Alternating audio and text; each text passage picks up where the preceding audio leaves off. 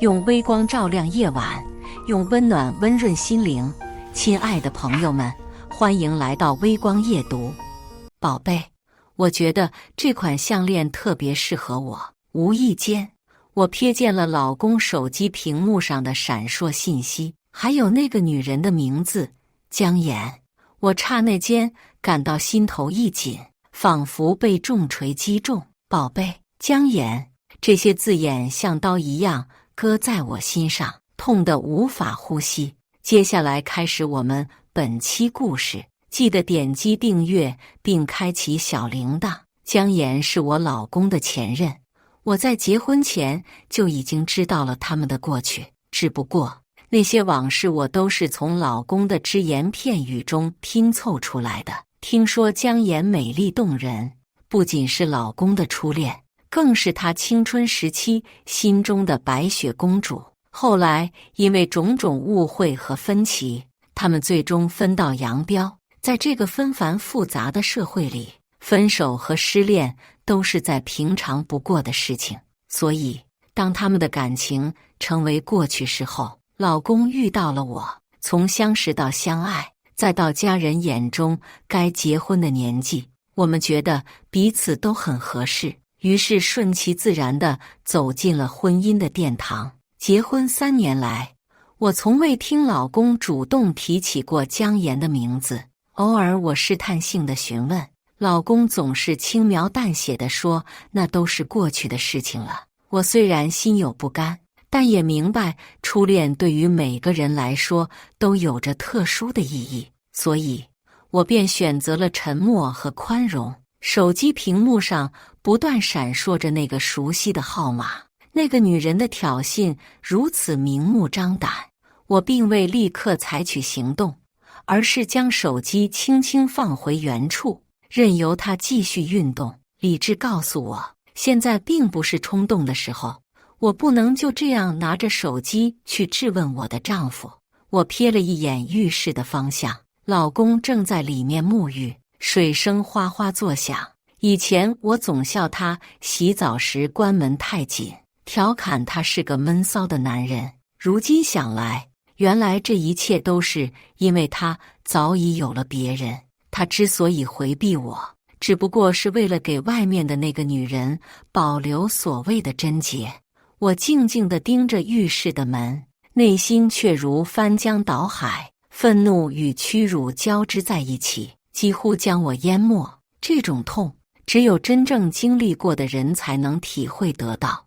我不得不承认一个残酷的事实，我的老公出轨了。我再次拿起手机，想要探究更多的秘密，却发现手机竟然有密码。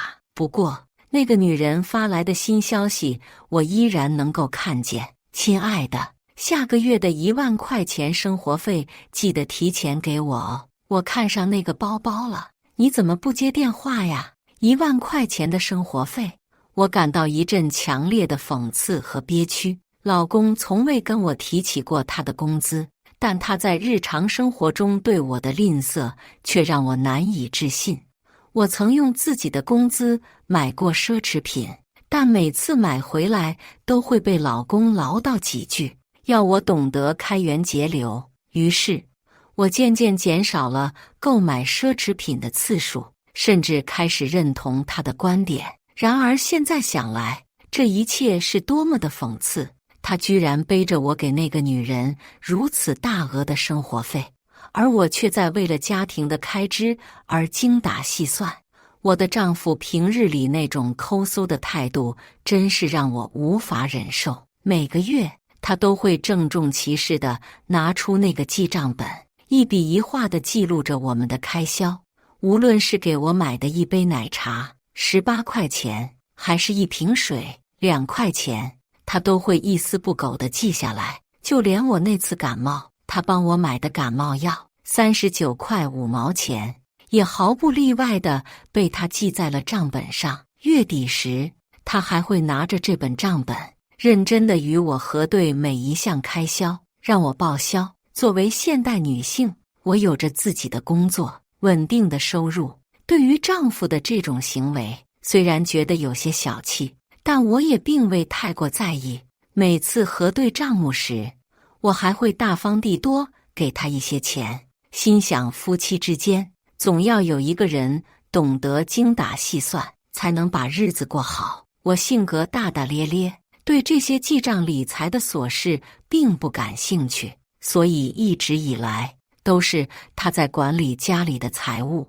我甚至还得意地向闺蜜炫耀，说我的丈夫是个贤内助。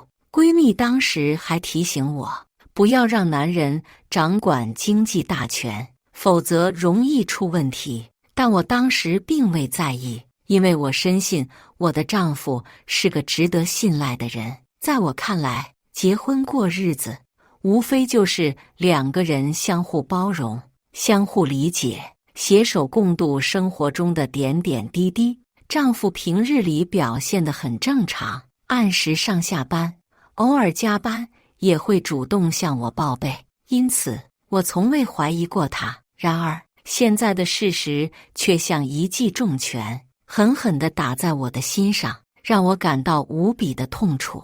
我听到浴室的门开了，便强装镇定地继续打扫卫生。你的手机刚才响了。我故意提起手机的事情，想要观察丈夫的反应。他的脸色明显一僵，显得有些紧张和不自然。哦，那应该是骚扰电话吧？最近总是有一些莫名其妙的销售打电话过来。他试图解释，但语气中却透露出几分心虚。我淡淡地嗯了一声，没有再说什么，但心中的疑虑却越来越重。看着老公秦时民拿着手机走进卧室，我的心中涌起一股复杂的情绪。我坐在沙发上，冷静地放下手中的活，开始慢慢消化这个令人难以接受的事实：我的老公出轨了。我痛恨自己曾经无条件地信任他，更痛恨他将我当作傻子一样欺骗。他的背叛让我心痛不已。更让我不能原谅的是，他平日里对我百般苛刻抠门，竟然是为了养他的白月光情人。爱情可以消逝，婚姻可以走到尽头，但为什么要选择用欺骗来伤害我呢？这一点，我无论如何都无法原谅。我发誓，不仅要让老公秦时民付出代价，更要让那个白莲花姜颜身败名裂。他这2年让我承受了无尽的屈辱，我定要让他后半生都尝到应有的苦果。这一晚，我怀揣着恶心和愤怒，一夜无眠。第2天早上，我重新振作起来，整理心情，准备迎接这场与渣男渣女的斗争。我用自己的方法，很快找到了白月光姜颜所在的公司。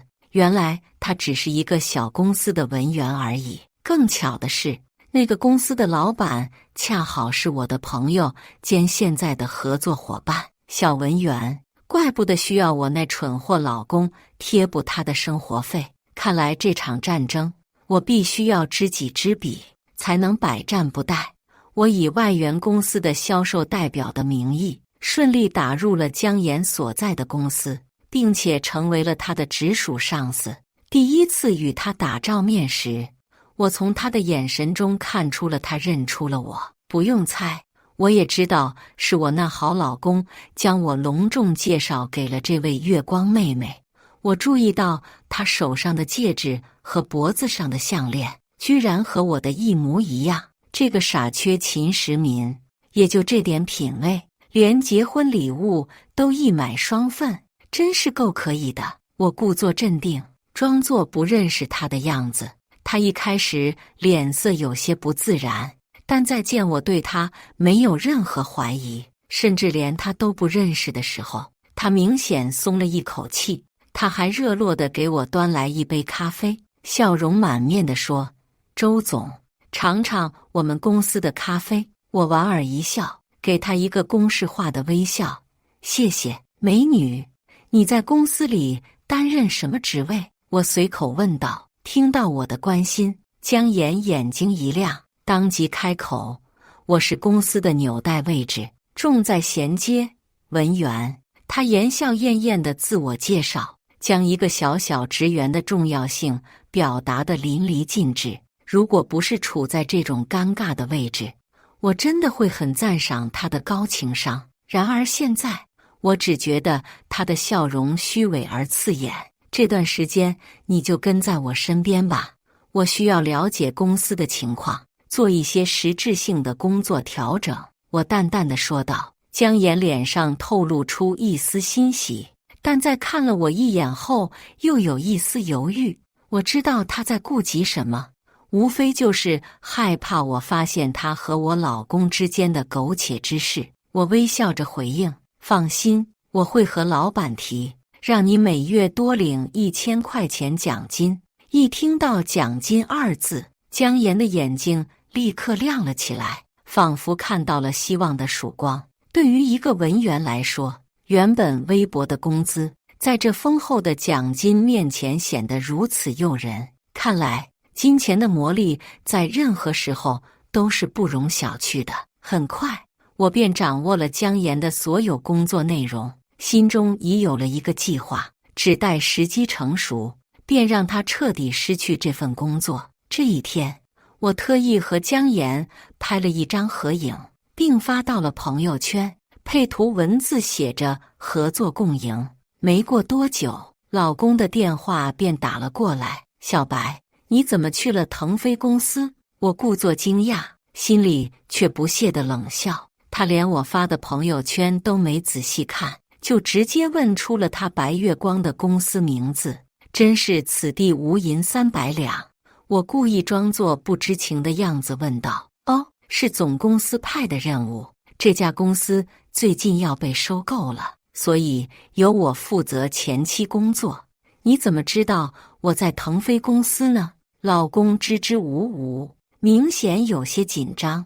那个，我看你发了朋友圈。我没什么，我先忙了。他越是想解释，越是显得慌乱，最后干脆找了个借口挂断了电话。我心里冷笑，做贼心虚的人总是这么容易露出马脚。晚上回到家，我发现老公竟然做了一桌子的饭菜等我，真是太阳打西边出来了。这男人平时可是十指不沾阳春水的。我心里明镜似的，知道他这是心虚了，想在我这演好丈夫的角色。不过我并不打算揭穿他，反而配合着他演戏，看着他像个小丑一样在我面前表演，我觉得挺有意思的。毕竟揭穿他的真面目只是时间问题而已。这时，我故意露出一丝疑惑和感动的神情，看着秦时民。结婚2年，他何时如此用心地为我准备过晚餐？平时的他总是忙于工作，鲜少有时间陪在我身边。他见我如此，忙不迭地迎了上来，满脸堆笑。亲爱的老婆，今天是我们结婚2周年的纪念日，我特意请假回来，想和你一起庆祝。他指着桌上的菜肴，得意地说：这些都是我亲手做的，都是你爱吃的。我故意将背包塞进了他的怀里，巧妙地避开了他的拥抱。他的怀抱我已经嫌脏了，谢谢老公，真是辛苦你了。不过这得花不少钱吧，记得记账哦。我故意指着满桌的佳肴，带着几分疼惜的口吻说道。他尴尬地笑了笑，支支吾吾地说：没记账，给老婆做饭都是应该的。老婆，快洗手吃饭吧。我看着他拙劣的演技，心中冷笑，这种感觉就像是在看一场拙劣的猴戏。坐在餐桌前，我举起红酒杯，突然提议：老公，今晚我们一起喝几杯吧。我从未与他共饮过，但今晚不同，我想灌醉他，从他口中得到一些有价值的信息。我之所以敢这么做，是因为我千杯不醉。可惜这个优点他从未发现。他爽快地答应了，很快便醉倒在桌上。我趁机拿起他的手，按在指纹解锁上，打开了他的手机。我快速地截图了他给白月光的转账记录和陆谷的聊天记录。原来他们在外面租了房子，很多聊天记录都还没来得及删除。看着这些证据，我的心异常冷静，就像是在整理垃圾一样。虽然知道是废物，但在丢弃之前还是要整理一下。秦时民啊，秦时民，以前是我太相信你，现在是时候让你付出代价了。第二天醒来，他神情紧张地看着我，试图从我脸上看出些什么。老婆，昨晚我喝多了，没说什么不该说的话吧？我笑着摇摇头，没有回答。他被我看得有些发毛，讪讪地问：老婆，你为什么一直看着我？我昨晚没有失态吧？我依然笑着摇摇头，心中却是一片冰冷。在他提出要个孩子的时候，我冷漠地回应：再说吧。说完，我便头也不回地出了门。心中的计划已经开始，接下来的每一步我都要走得稳稳当当。他是察觉到什么了吗？竟然这般讨好我，还试图用孩子来稳固两个人的婚姻。我自认为计划的天衣无缝，他应该只是被愧疚感驱使而已。这一天，我悄悄地将自己的存款转移到了我母亲的名下，毕竟我可不想在将来与秦时民对簿公堂时，还要用夫妻共同财产来瓜分我的血汗钱。至于那房子，虽然当初我和他共同付了首付，但每个月的房贷都是我独自承担的。只要他秦时民的出轨证据确凿，他便可以净身出户。我并没有打算现在就跟他秦时民撕破脸皮。接下来的日子，我决定专心致志地对付那个白月光姜岩。和往常一样，我做什么工作都会带着姜岩。不过这2天，他似乎刻意与我保持距离。我猜想，肯定是秦时民跟他说了些什么。然而，作为男人，他低估了女人的贪婪。姜岩心底里肯定希望秦时民只属于他一个人。抓住了这一点，他倒是时不时在我面前炫耀自己的优势，比如那傲人的身材、妩媚动人的模样。我忍着恶心，故意问道：小雪身材不错，不知是如何保养的呢？不出所料，我的话让姜岩立刻变得得意起来。周总，我这可是天生丽质呢。不过我听说有一家丰胸的美容机构很有名哦。他竟然间接地鄙视我的身材。不过我故作感动地接受了他的推荐，因为我要了解他，就要先走进他的生活。所以他的健身教练以及美容专人服务师都被我笼络了。这个傻白甜还自以为是地为自己的优势沾沾自喜。果然，有钱能使鬼推磨。我只是在健身房办了张高级 VIP 会员，那健身教练便对我百般殷勤。从健身教练的口中，我得知了一个让人震惊的消息：表面清纯可人的姜岩，竟然是健身教练的地下情人。他确实挺配得上脚踏2只船甚至更多的男人，而且我还让教练找机会拍一些足以让姜岩身败名裂的视频。当然，这个条件让我一掷千金，直接送了教练一张卡。回到家后，我简单的收拾了衣物。秦时民紧张地问：老婆，你这是？我没有停下手中的动作，头也不抬地说了一句：出个公差，大约10天左右才能回来。这么久？秦时民显得很诧异，不知道是不是我的错觉。我感觉到他的诧异之余，还透露着一丝兴奋。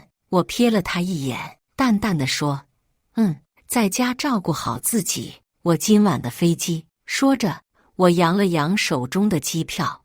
我不想听秦时民虚情假意的话，拖着行李便出了门。秦时民，我把时间和空间留给你们了，别让我失望哦。为了收集他们的苟且证据，我可谓费尽心机。在家里安装针孔摄像头的时候，我都觉得自己应该改行做私人侦探了。果不其然，在我离开的第2天，他们就按捺不住躁动的心了。这对狗男女在我的房子里像真正的夫妻一样亲热。一开始，我还以为我的老公是一个小心谨慎的人，不会带他的白月光回家。看来，我再次低估了贪婪的人性。拿着手机，我的手都在颤抖。不过，为了小小的惩戒一下他们，在他们正浓情蜜意的时候，我特意发了一个视频通话过去。监控视频里，我看见他们俩慌乱如狗的模样，不禁觉得好笑。喂，老婆！过了许久，秦时民才缓缓接起视频通话。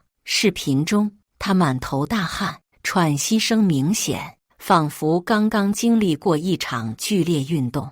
我故作轻松地问：“你这是在做什么？怎么一身汗？”他眼神闪烁，急忙解释：“刚在健身房锻炼，你不在家，我就想着运动一下。”谎言编得倒是挺快，我慢条斯理地与他聊着天，不时从摄像头中捕捉到蹲在角落的姜岩，他那张脸早已气得扭曲。我猜，此刻秦时民的心应该像绷紧的弦，随时都可能断裂。是时候结束这场游戏了。第2日，我收拾行李，结束了这场所谓的公差。我没有直接回家，那种捉奸在床的戏码，我实在是看不上眼。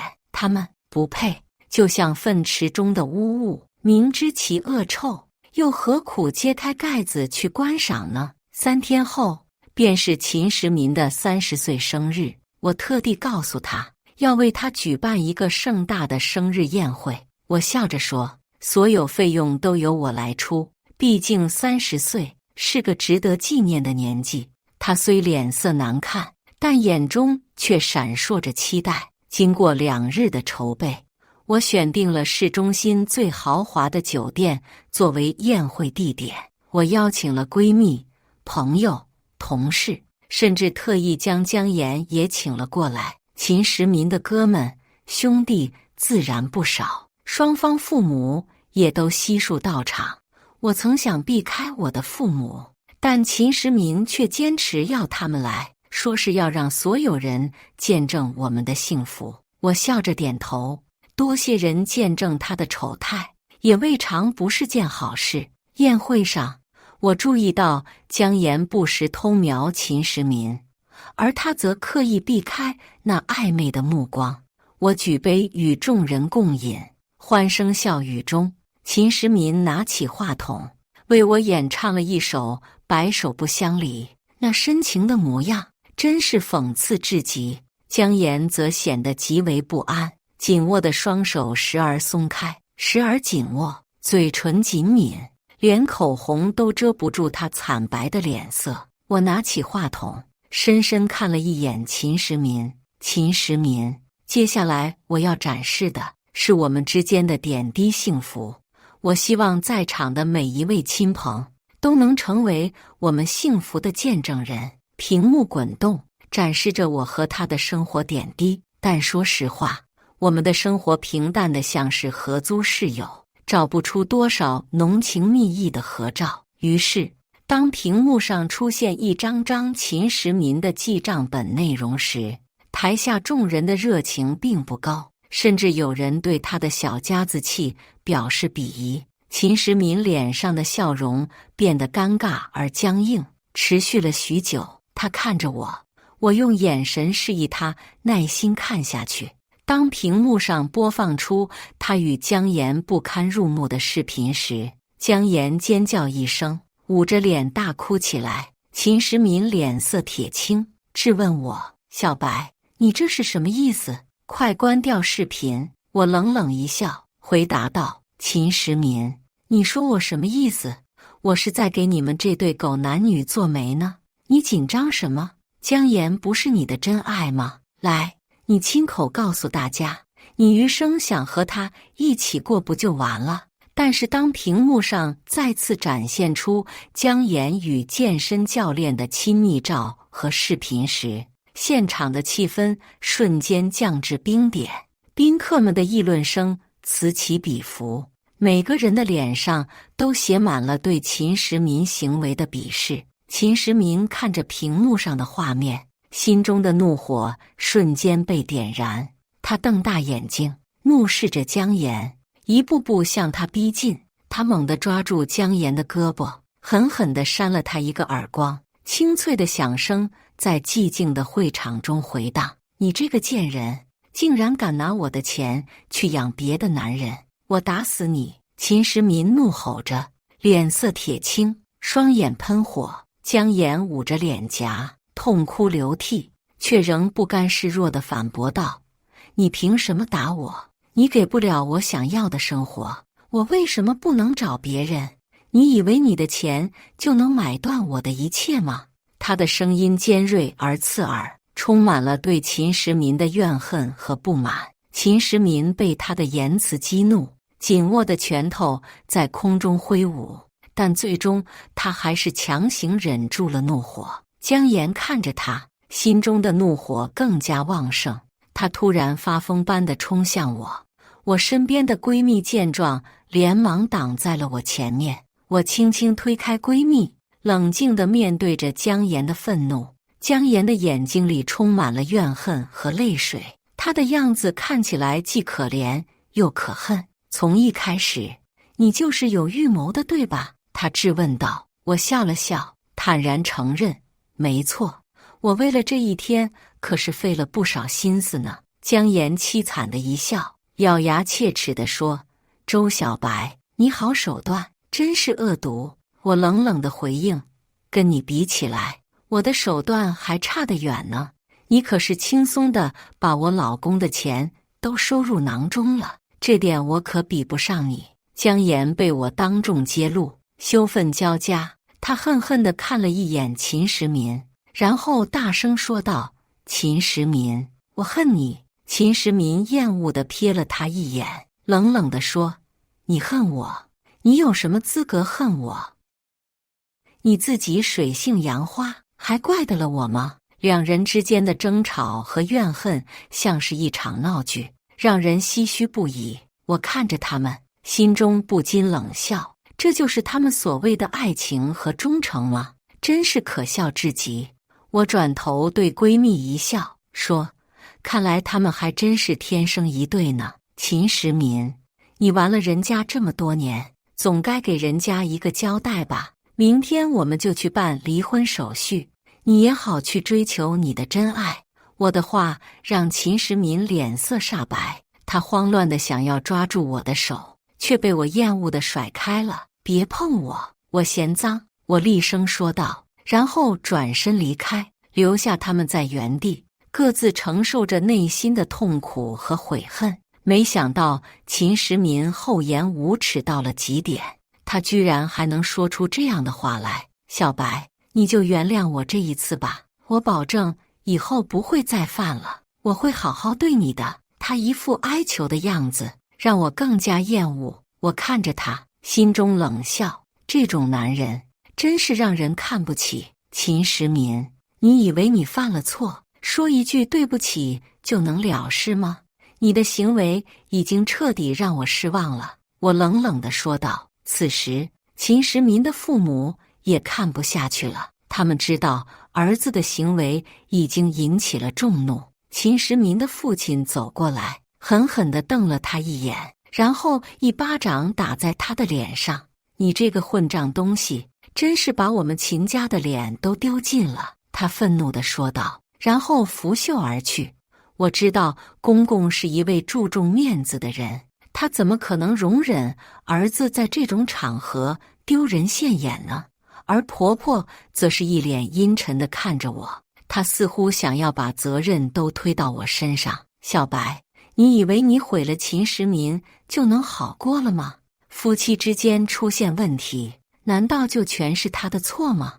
你也要好好反思一下自己。他冷冷地说道。我一听这话，就感到十分气愤。这个婆婆真是太会推卸责任了。婆婆，你儿子出轨，难道还要怪我吗？难道我还要为他的错误买单吗？我反驳道。我的话让婆婆脸色一沉，他似乎没想到我会这么直接地回击他。就在这时，我妈气势汹汹地走了过来，她一开口就火力全开：“你儿子不要脸，还要怪到我女儿头上，真是笑话！我看他这种不要脸的行为，完全是遗传自你。”我妈毫不客气地说道。她的话让在场的人都忍不住笑了起来，我也感到十分解气。这个婆婆总算是有人能治住她了。她气得脸色铁青，指着我妈的手指颤抖不已：“你这个泼妇，简直不可理喻！”我妈一听，双手叉腰，气势汹汹地反驳道：“泼妇，今儿个是我女儿受了委屈，你再敢多说一句，我就撕烂你的嘴！不信你试试！”我妈摆出一副母鸡护崽的架势，让我婆婆确实有些忌惮。婆婆见势不妙，后退了几步，语气也变得有些颤抖：“我懒得理你。”此时，秦时民见母亲受了气，赶紧走到我妈面前，想要平息这场风波。“妈，您别生气，今天的事都是我一人的错，要打要骂冲我一个人来就好了。”我妈瞪着他，毫不犹豫地一巴掌朝他脸上扇去。那一巴掌正合我意。秦时民低着头，默默承受着，没有吭声。这场生日宴就这样在一片狼藉中圆满结束。回到家后，我毫不留情地将秦时民的所有东西都打包扔了出去。他回来后，使劲捶打着门，大声喊道：“周小白，我们还没有离婚，你还没有资格将我扫地出门，你不能这样对我。今天我已经被你羞辱得够可以了，难道你还不依不饶吗？”哼，他还有理了。隔着门，我冷冷地回了一句：“有没有资格？明天我律师会跟你谈，你要还想留点尊严的话，就赶紧滚。”我的话让秦时民没了脸面，他沉默了片刻，随后便听到他离开的脚步声。第二天，我收到了姜岩被公司辞退的消息。在他狼狈地收拾东西离开时，那个健身教练的泼辣老婆又找上门来，对着他就是一顿撕扯踢打。据说他离开时几乎衣不蔽体，狼狈不堪。我在心底冷笑：“姜岩，你以为这样就完了吗？这么多年，你像水蛭一样吸了秦时民多少血？那些钱是我们夫妻共同财产，我当然要一分不少地讨回来。”所以当我将姜岩告上法庭的时候，他惊慌失措地找到我，一开口就是哀求：“周总，我求您了，能不能撤诉？就当可怜可怜我，放我一条生路吧。”姜岩双手紧紧扒住我家的门扉，不肯松开。那双曾经灵动迷人的大眼睛，此刻肿得像个核桃，丑陋不堪。原来他素颜的模样如此不堪入目。秦时民的眼光真是令人费解。我看着姜岩那惨白的小脸，上面还留着几道抓痕，显然健身教练的老婆下手不轻。与他相比，我似乎显得有些过于温和了。姜岩，你和秦时民纠缠了多少年？我不想过问，但是你像水蛭一样吸走我们家的血汗钱，这笔账我要一分不少的讨回来。秦时民转给你的每一笔钱，我都有记录，加起来一共61万。说实话，提到这些数字时，说我不心痛，那都是骗人的。特别是想到秦时民连给我买杯奶茶都要记账，我的心就像被针扎一样痛。那种无法言说的痛恨，真的能让人崩溃。以前我不明白为什么有些女人会为情自杀，现在想来，她们的做法也不是不能理解。幸运的是，我比大多数女人都更理智，我不会因为一段不值得的婚姻而颓废，更不会伤害自己。这也许和我的性格有关吧。得之我幸，失之我命，不纠缠，爱恨分明。姜岩听到60多万这个数字时，几乎要瘫倒在地。想想一个普通的文员，60万对他来说，恐怕是一辈子都挣不到的巨款吧。更何况他现在声名狼藉，想再找工作几乎是不可能了。我真的没有钱，1分钱都没有了。姜妍捂着脸蹲在地上痛哭。我看着他，他的眼泪对我来说没有任何价值。你有没有钱和我无关，我只知道你欠我的钱必须还。我的话让姜妍哭得更加伤心了，她将头埋在臂弯中，哽咽道：秦时民是给了我钱，但我都花光了，真的没想过要存下来呀。我给了他一个白眼，他还真有脸说，他的脸皮厚度真的让我叹为观止。周总，我知道您不在乎那点钱，您只是恨我破坏了您的婚姻，您打我也好，骂我也罢，我绝不会有半句怨言。姜妍依然不死心地求我放过他。我轻蔑地笑了笑，秦时民，你现在这副模样真是让人大跌眼镜啊！怎么离了婚连2000块钱都拿不出来了？他脸色苍白，眼中闪过一丝慌乱，却又迅速恢复平静。周小白，我知道我错了，但我现在真的需要这笔钱。我打断了他的话，冷冷地说，秦时民，你的错不是一句我错了就能弥补的。你背叛了我们的婚姻，还想从我这里得到同情和援助，真是可笑。他低下头，声音有些颤抖，我知道我罪无可赦，但我希望你能看在过去的情分上帮帮我。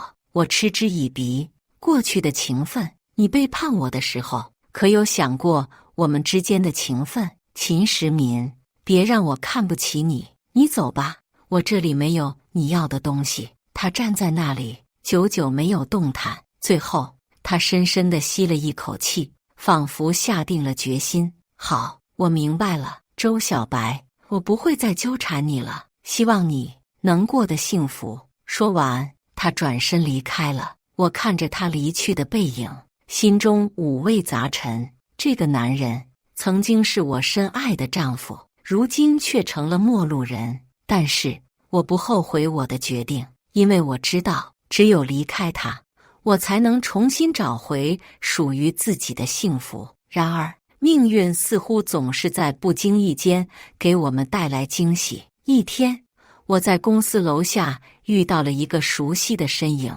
是他，秦时民。他看起来比之前精神了许多，整个人也焕发出了新的光彩。我有些惊讶地看着他，不知道他为什么会出现在这里。他走到我面前，微笑着说道：周小白，好久不见。我点了点头，有些尴尬地笑了笑。是啊，好久不见。我不知道该说什么好。他看着我，眼神中透露出一丝温柔和感慨。我来这里是想告诉你一件事情，他说道。我心中一紧，不知道他会说出什么话来。我已经找到了新的工作，也重新开始了新的生活。我知道我以前做错了很多事情，但是我现在真的已经改变了。我希望你能原谅我，至少让我们成为朋友吧。我听着他的话，心中涌起一股复杂的情绪。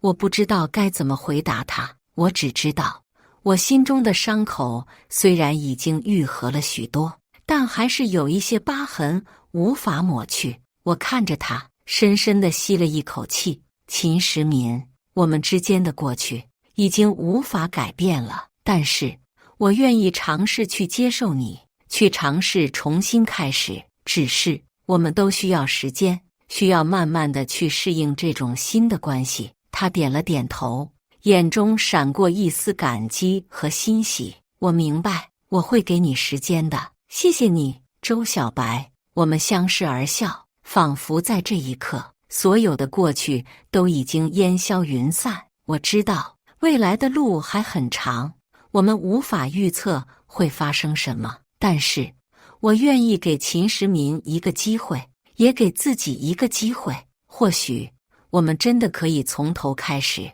重新建立起一种新的关系。接下来的日子，我和秦时民开始慢慢的接触和交流。我们并没有急于拉近彼此的距离，而是选择了以一种平和的方式相处。我们会偶尔一起吃个饭，或者一起去看场电影。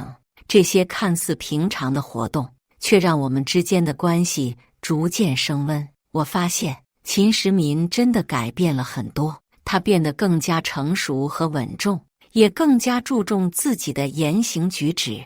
他不再像以前那样浮躁和冲动，而是学会了冷静地面对问题。我也开始逐渐放下心中的防备，尝试着去接受他。我知道这个过程并不容易，但我愿意努力去尝试。有一天晚上，秦时民约我一起去看夜景。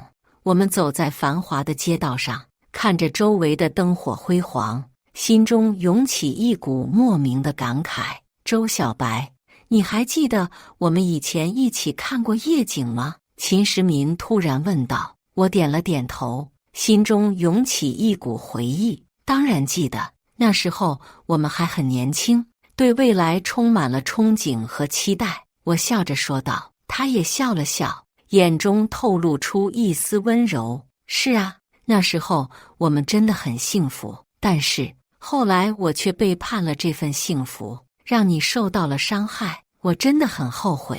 我听着他的话，心中涌起一股复杂的情绪。我知道他说的是真心话，我也知道他已经为自己的错误付出了代价。我看着他，深深地吸了一口气。秦时民，我们都犯过错误，也都受过伤害，但是重要的是，我们要学会从错误中吸取教训，去珍惜眼前的人和事。我希望我们能够一起努力，去创造一个更好的未来。他看着我，眼中闪过一丝感激和坚定。会的，周小白，我会用我的行动来证明我的改变。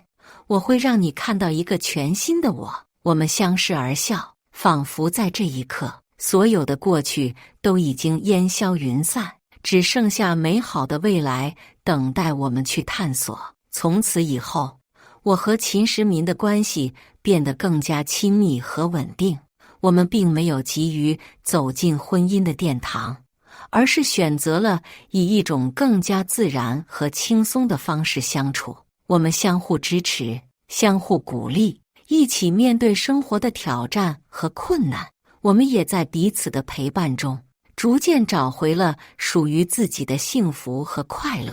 或许这就是生活的意义所在吧，不断的前行，不断的探索，不断的成长。而我们也将在未来的日子里，一起携手走过每一个美好的瞬间。故事完。接下来是我们本期第2个故事，记得点击订阅并开启小铃铛。晚上吃饭的时候，许毅的手机响了一声，我刚好想去拿他手机旁边的水杯，刚一伸手就见他身体僵了一下，最后见我只是想喝水，他眼中的紧张才卸下去。或许是觉得自己刚才的表现太过明显，他顺势拿起手机起身。你先吃，我去一下卫生间。我假意没发现不对劲，笑着点头。我跟许毅相识12年，他所有举动的含义我太过了解。通过刚才那一出，我知道他手机里肯定有秘密。我俩大上个月刚领完证，婚礼也定在了年底，亲朋好友都已通知完毕。我实在不想在这节骨眼上闹出什么笑话，所以我决定静观其变。吃完饭，我开始制作婚礼请柬。许毅坐在一边看手机，我从电视屏幕的反光看到他在悄悄打字。我正要叫他过来帮忙，他忽然坐起身，不等我开口，说道：“老婆，小张说项目临时出了问题，我去公司一趟，一会你先睡，不要等我了，乖。”他说完，在我脸上亲了一下，甚至连说话的机会都没给我，就扬长而去。我站在窗边看着他一路小跑着上了车。这会已经是晚上9点，我想了想，给小张打了电话。电话那头的小张明显有些慌张。嫂子，项目出了问题啊！项目是出了问题。刚才是我请许哥过来看看。如果说我起初还对这段12年的感情抱有希望，那么在跟小张通完话后，我的希望如数破灭。到底是有什么事，能让一向不爱撒谎的许毅宁可说谎也要出门？我开始暗地里观察起他的一举一动来。正是如此，我发现他下班的时间越来越晚，即便是回到家跟我也是公事化说几句话，就借口累了进了卧室。有时我半夜醒了，他却还没睡，依然在玩手机。我做不出来大吵大闹的事，就旁敲侧击跟他说让他早点休息。谁知他竟顺势提出要分房睡，理由是他最近有很多业务要处理。我睡眠质量又不好，怕影响到我休息，我的心彻底凉了。虽然没有确凿的证据，但近来种种的迹象已经表明他十有八九是出轨了。为了能更加接近真相，我决定暂时不动声色。最近他的小组确实有项目跟进，工作忙起来，加班也是家常便饭。以往我体谅他的辛苦，家里的事从不让他多操心一分。但是现在我知道我不能再放任他继续下去，我开始频繁地麻烦他。比如今天，我去了家居城看家具，中午我特意给他打电话，让他来接我。他语气明显迟了一下，最后却像往常一样，语气轻柔：老婆，你找个凉快的地方等我。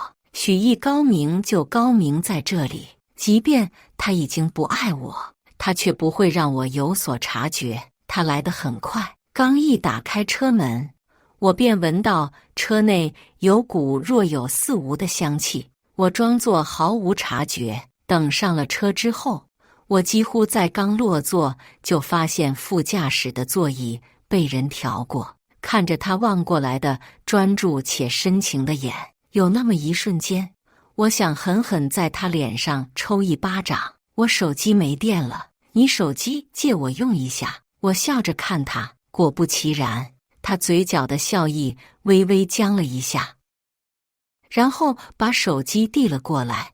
我习惯性地输入自己的生日解锁，输了3次之后，系统提示我密码输入错误，手机30秒之后才能解锁。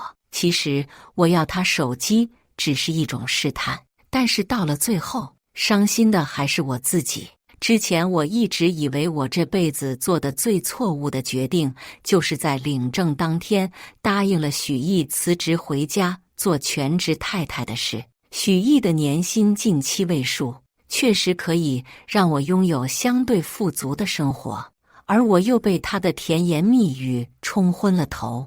想到我们相恋的10年，我最终尊重了他的决定。辞职后，我拥有了大把的时间来操办我们婚礼的相关事宜，也曾为他对没有收入的我依旧如初而感到幸运和幸福。而现在也托了我全职的福，我可以用大把的时间去留意许毅的一举一动。早上，我看他吃过早餐，心满意足地在我脸上落下一吻，我笑着迎合他。等他出门后，我狠狠擦了一下脸，一想到他这张嘴可能亲过别的女人，甚至做过更过分的事，我就觉得恶心。我跟着他出了门，一路向城南走去，最后驶入一处联排别墅。出租车进不去高档小区，我只能在小区对街的咖啡馆守着。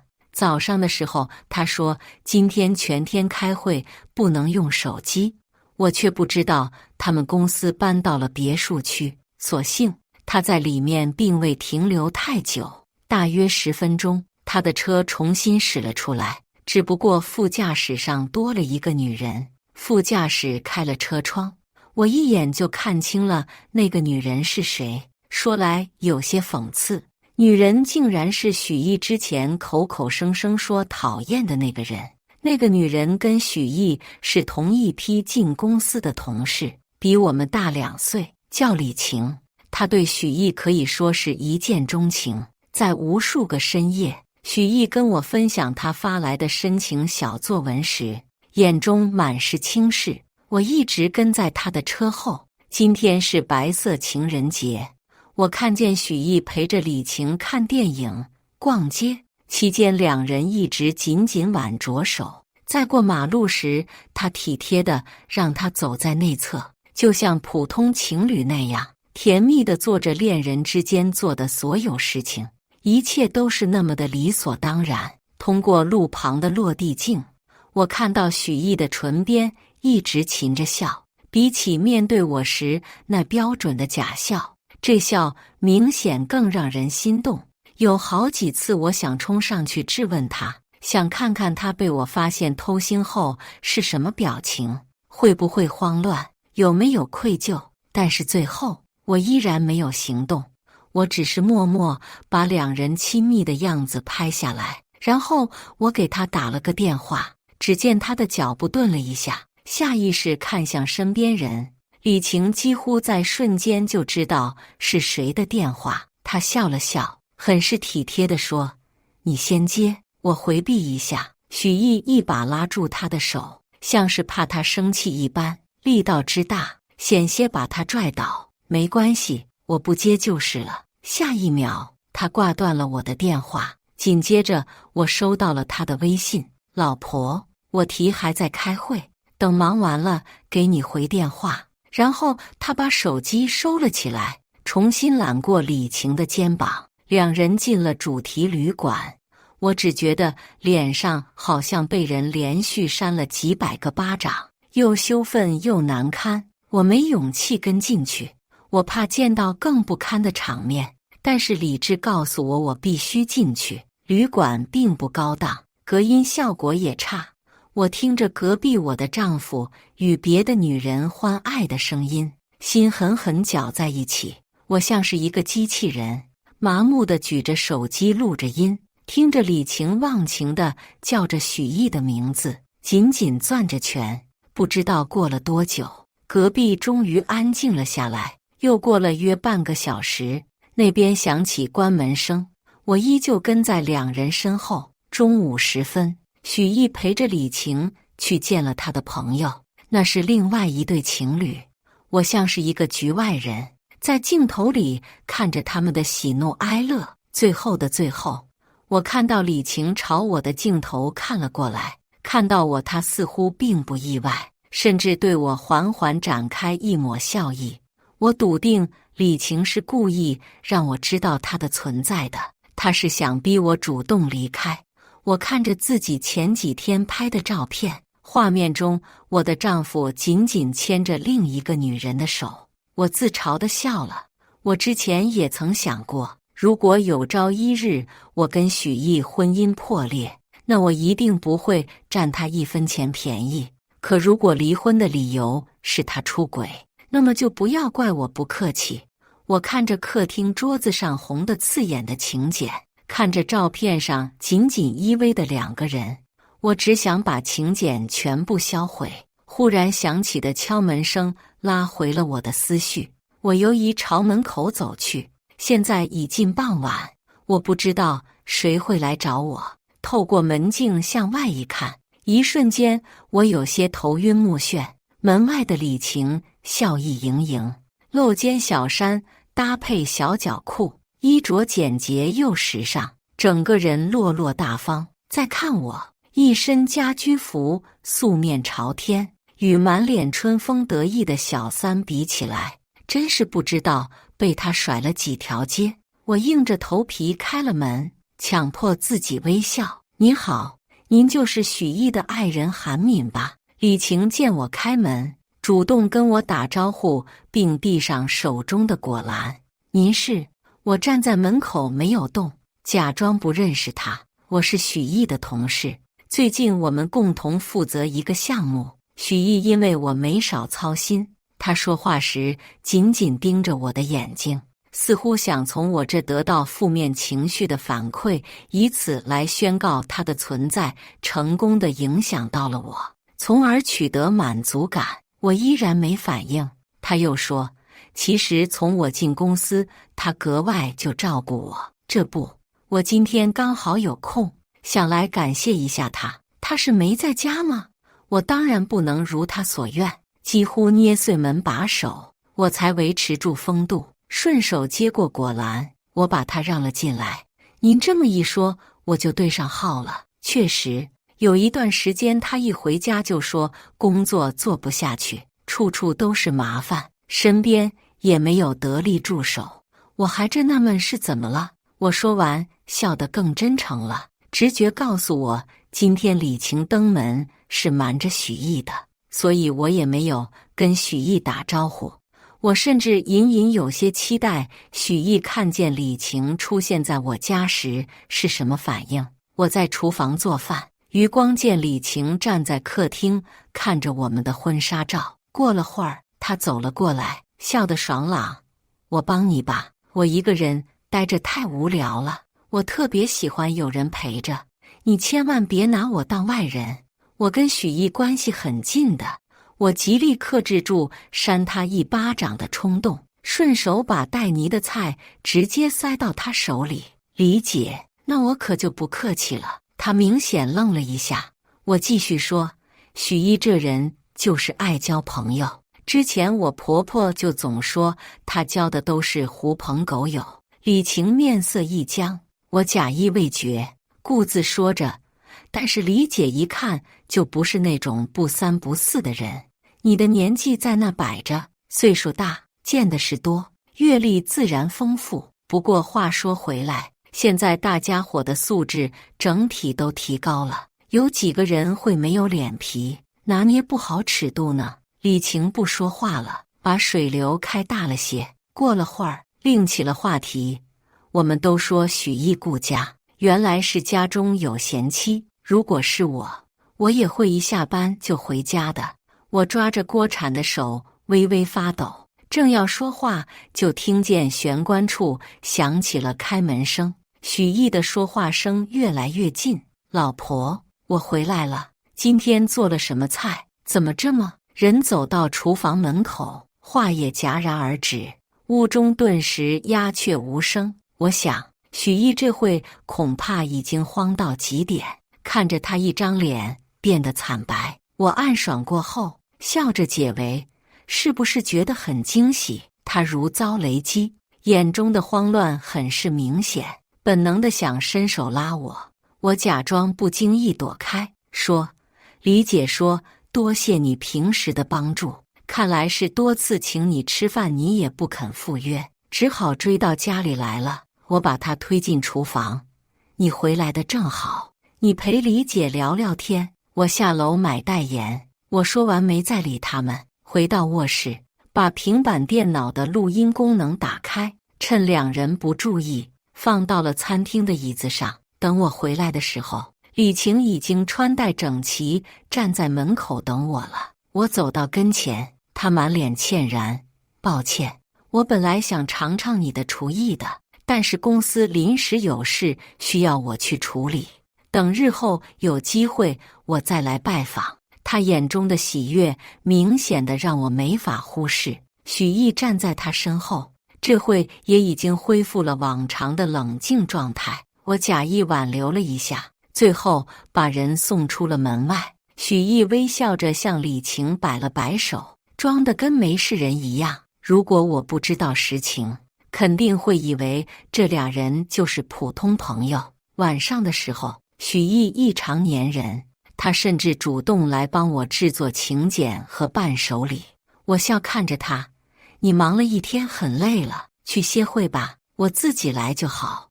我实在不想让他弄脏了我的东西，看着他道貌岸然的德行，我嫌恶心。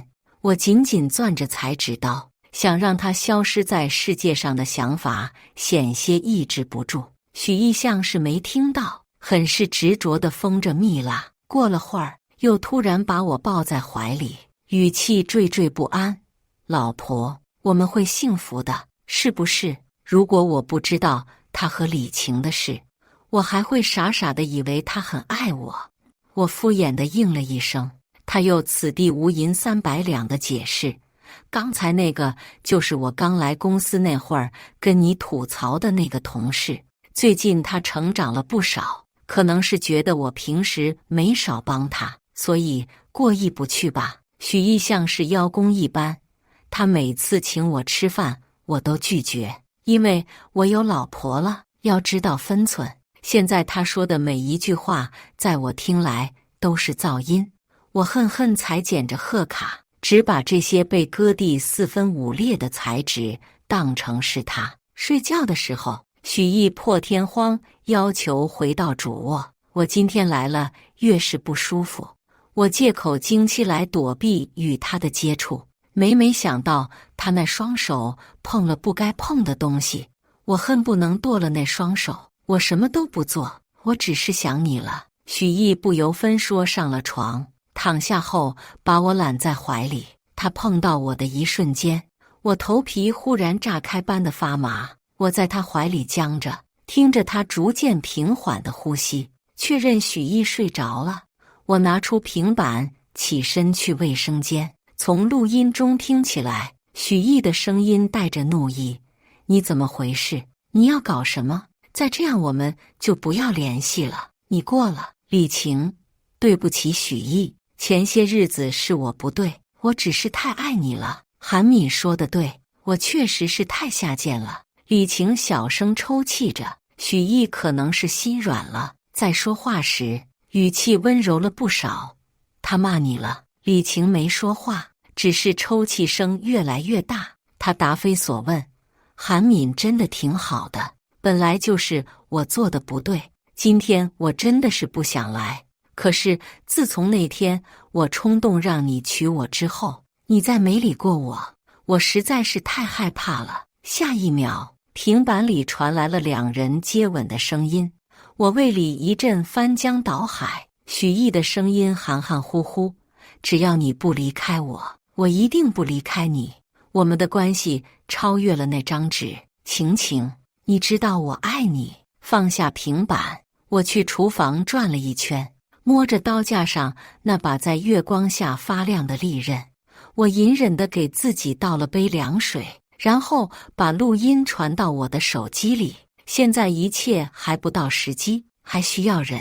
许毅连续观察了我好几天，每天准时上下班，甚至故意把手机放在我眼前，以此来表忠心。后来见我对他依旧如初，这才不再多加留意我。这天他照常下班，吃饭的时候我虽然没看他，但依然能察觉到交在我头顶的那2道视线。过了会儿，他试探地说：“老婆，我明天要出差去林市3天。”我应了一声，替他想好了说辞：“是外出考察吗？”他胡乱应了一声：“你在家要好好照顾自己，想我了就给我发视频。”事实上，现在他在家，我才有负担。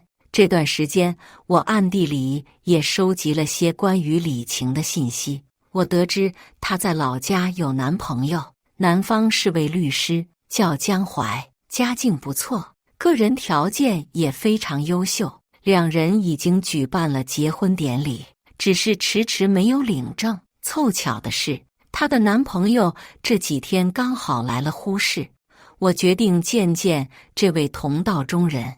我拨通了江淮的电话，简单说明了来意，对方没有犹豫，便与我约好了见面的时间。比起许毅的俊美，江淮更硬汉一些，看起来不像律师，倒更像贴身保镖。你好，他与我打过招呼，开门见山地说：“您说李晴介入了您的感情，请问是否有证据？”我把近日拍下来的视频与照片一一展示。江淮不愧是见过世面的人，从他的脸上我甚至看不出一丝变化。他看了东西之后，平静与我道谢：“好的，我了解了。”我与他的初次见面只有这2句话。临走前，他给我留下了名片，如果日后您有需要，随时联系我。您的这些证据属于侵权，且不具备法律效力。届时我会提供证据。许毅出差回来后，状态越来越差，我如常关心着他，每日想着办法为他做营养餐补充机能。最近是工作上出了什么问题吗？我明知故问。许毅垂眼，遮住眼底的青涩，轻描淡写说：“没事，只是有些忙而已。”说完，像是安抚般摸了摸我的头顶。老婆乖，不要担心我。我虚伪地笑了一下，又叮嘱了几句，借口切水果进了厨房。我知道许毅之前并非出差，前天是李晴的生日，两人应该是约好了出去玩。现在一想到两人在一起的画面，我的心已然平静了许多。许毅依旧坐在客厅，愁眉苦脸。我进了卧室，从床头柜最下拿出一只手机，微信还停留在我把许毅和李晴约会的照片发给许毅的领导的页面。我跟他的领导说，如果不把李晴开除，我会把事情闹大。我想商人都会权衡利弊，更何况李晴个人能力只能算得上一般。客厅外，许毅的手机又响了起来，我听见他故意放轻的脚步声向卫生间挪去，我偷偷跟了过去。果不其然，李晴的声音从另一头传来，也是我太不小心，不过我不后悔，为了你我失去什么都可以，只要别影响你，我什么都不怕。这倒是有些出乎我的意料，我原以为李晴会歇斯底里朝许毅发火，显然他的道行比我想象中要高得多。但这不重要，他越是体贴，许毅就越是愧疚，就越会自我折磨，而让许毅每日都过得煎熬，才是我的最终目的。许毅今晚又来了主卧，听到声响我佯装惊醒，见他进来后，把身边的地方让出来了些。我是不是把你吵醒了？他与我说话时，虽然少了几分真心实意，但态度一直是不错的。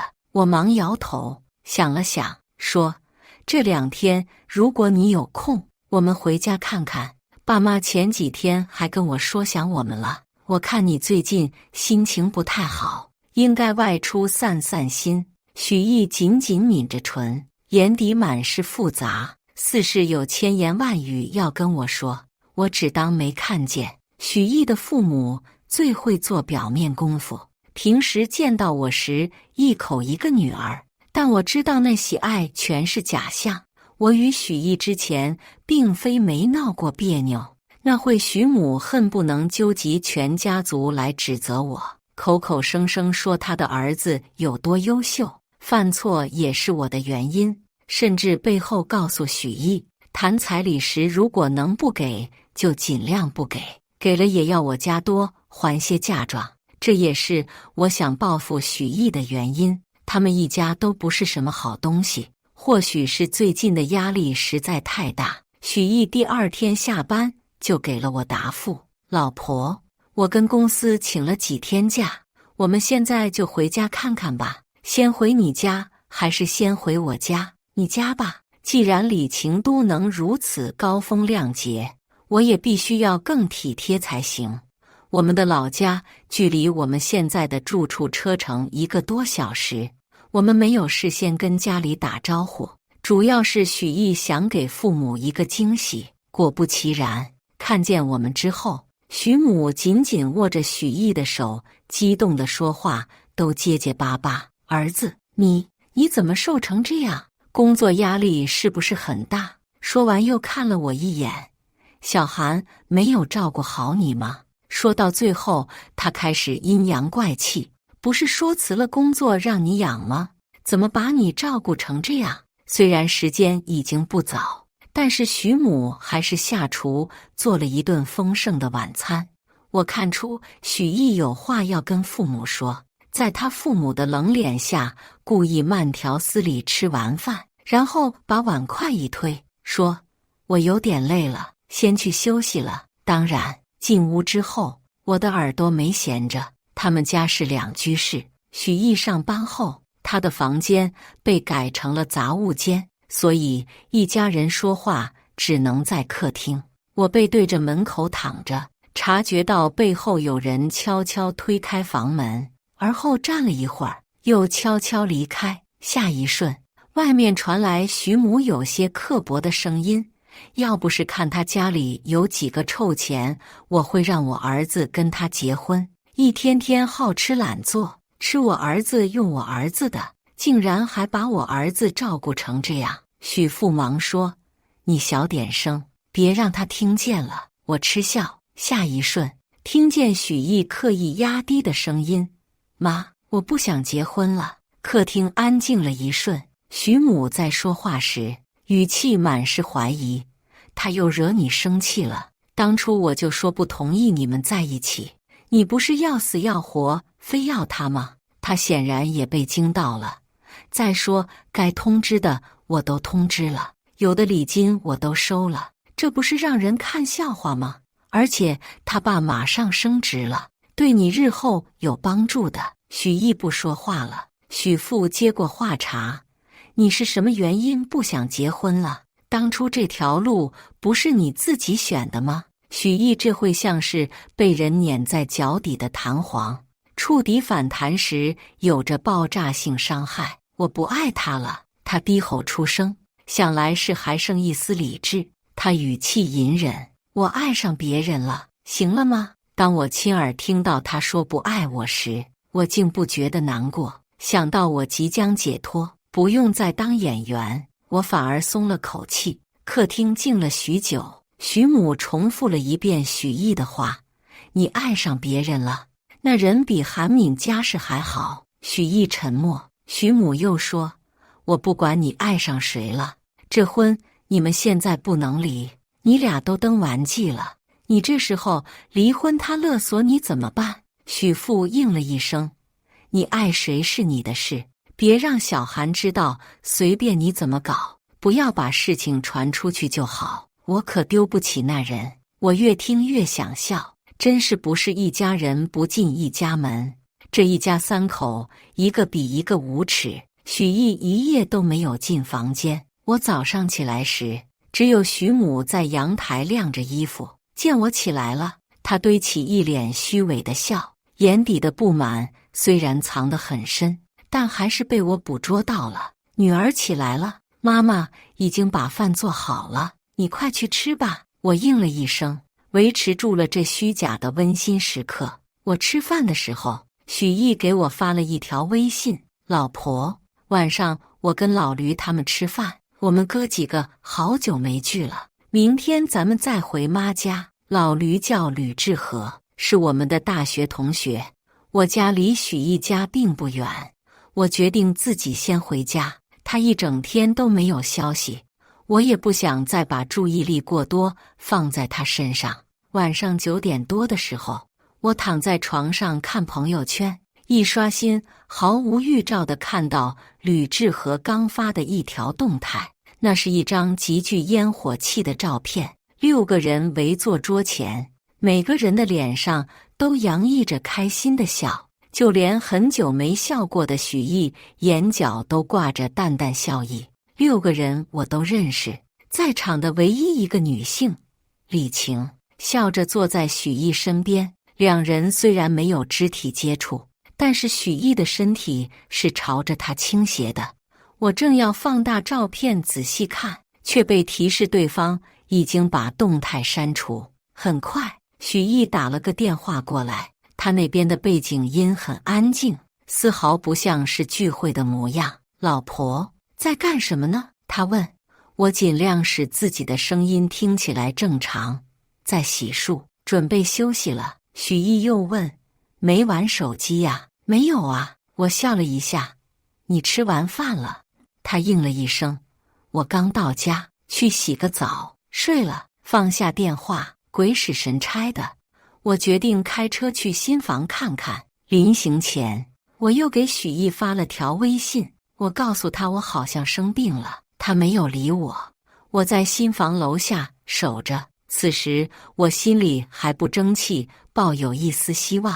我觉得到底是10多年的情分，许毅再怎么过分，也不至于把小三带到我一点一点打造出来的小窝里去。我正想着，忽然一道车灯从小区门口照射而来，而后在我车前不远处缓缓停下，车上随即走下一男一女。忽视早晚的气温还是偏凉，尤其是深夜。我看见许毅下车之后，把自己的外套脱下来披在了李晴的肩头。累这个字我已经说腻了，我甚至连去吵闹的力气都没有。虽然不太厚道，但我还是给江淮打了电话。很快，另一辆车从小区门口驶来，是江淮。这回他倒是没有再穿西装，只是简单的卫衣加牛仔裤，终于能让人看出一丝年轻人的气息。他的身影很快消失在楼道里。我在楼下守着，不多时，看见我婚房的灯忽然亮了起来，紧接着震天的嘈杂声点亮楼道的声控灯。我看见越来越多的住户开了灯，楼道里也是人影绰绰。我趁乱上了楼，看见我婚房的门大开着，江淮站在门口，看着屋里神情慌乱的那对狗男女。李晴脸上的潮红依然没有散去，头发也没有了往日的利落。再看许毅，他脖子处有吻痕，嘴上还有残留的口红印。这副场面不用多说，大家都是过来人，懂得都懂。这不是老许家的大小子吗？那个女人好像不是老许的儿媳妇呀。许毅面上划过一丝难堪，他冷着脸想去关门，江淮挡着说：现在跟你非法同居的是我的妻子，她或许还没告诉你已经跟我举行过婚礼的事。许毅的面色由白转黑，看着大家举着的手机，他仍坚持说：我们只是普通同事关系，你们没有证据。我以前还真没发现他如此死鸭子嘴硬。李晴的脸面也有些挂不住，他说：不过是举办了婚礼，我又没跟你领证，而且我们已经分手了。江淮挑眉，现在的问题是，你介入了别人受法律保护的关系中，是要承担法律责任的。江淮话音刚落，不知道从哪冲出来一个姑娘，上去照着李晴的脸左右开弓，就是2巴掌。许毅下意识把人护在怀里，围观的群众拍照拍得更起劲了，我也跟着凑了回热闹，把2人相拥的瞬间定格成永恒，然后又趁乱离开。我在楼下等着江淮，大约10分钟左右，我看人群逐渐散去，江淮慢悠悠下了楼。他原本想上车，后来顿了顿，转而向我走来，看来是刚才来时就发现我在了。我有些不好意思，他走到我车前，敲了敲窗：你现在离婚和典礼过后离婚所获得的赔偿金额是一样的。他从专业角度给了我建议，我知道他是好意，毕竟只是领证过后离婚的话，对我造成的伤害能小些。我摇头，婚礼一定要如期举行。典礼当天，许毅和李晴的领导和同事都会来，许家人也都在场。能当面侮辱许毅和李晴的机会只有这一次，他们带给我的伤害，我必然要1000倍100倍奉还。说完，我才意识到江淮也是受害者，聘请他作为我的律师，对他又何尝不是一种残忍？我不由看了他一眼，别用那种眼神看我。我自我感觉还不错，读懂了我视线的含义。江淮笑了一下，面部线条柔和不少。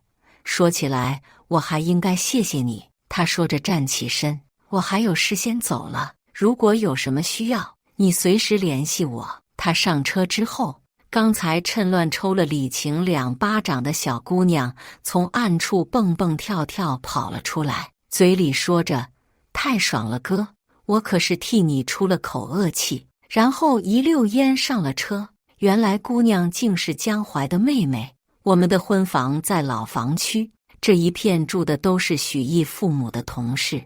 我隔天特意去小区转了转，不知道他们家采取了什么措施。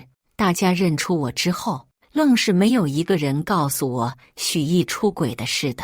我咂舌，这样的人家真是令人发指。随着婚期将近，许毅脸上的笑越来越少，至于陪我的时间，比他的笑还要少。看着他日渐消瘦的脸，我心情好了不少。明天约好了去试婚纱，你有空吗？中午的时候，我给许毅打了个电话，不等他说话，我听到李晴的声音率先传来：“许毅，是韩敏吗？老婆。”手机开了免提，许毅忙解释：“我们正在开会，一会我给你回话好吗？”我深吸了几口气，语气含笑：“刚才那是李姐吗？我这几天正好想问问她方不方便做我的伴娘呢？你也知道，我身边的人都结婚了，李姐好像还是单身。”电话那边彻底安静了，或许连李晴都没想到我会有此一举。他不，许毅本能想拒绝。好啊，李晴应承了下来。就此，我与李晴莫名其妙成了朋友。我去试婚纱，他细心地帮我整理着袋子，轻声说：“韩敏，我觉得我们的口味挺像的，你所有的东西我都喜欢。”他笑看着我，这话倒说得由衷。我从镜子里看他一眼，你笑得真好看。我去婚礼现场彩排，他也陪伴在我身边。我站在台下，看着他和许毅相对站在台上，找着合适的递婚戒的身位。李晴看着许毅的视线里满是深情，许毅则是视线闪躲，想移开眼，最后却又被李晴吸引过去。我冷笑出声，这会是他们后半生最后一刻宁静。转眼婚礼已至，我早早起床，按流程进行着所有环节，身边不停有人向我道喜。想到一会的场面，我倒是发自内心的觉得高兴。